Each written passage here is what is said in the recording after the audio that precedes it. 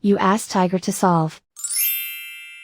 This deals with linear equations with one unknown. The final result is n equals -19/4. Let's solve it step by step. Group all constants on the right side of the equation. Add 7 to both sides. Simplify the arithmetic.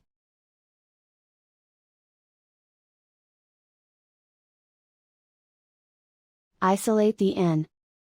Divide both sides by -8. Cancel out the negatives. Simplify the fraction. Move the negative sign from the denominator to the numerator.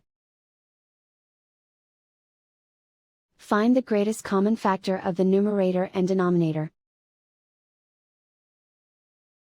Factor out and cancel the greatest common factor.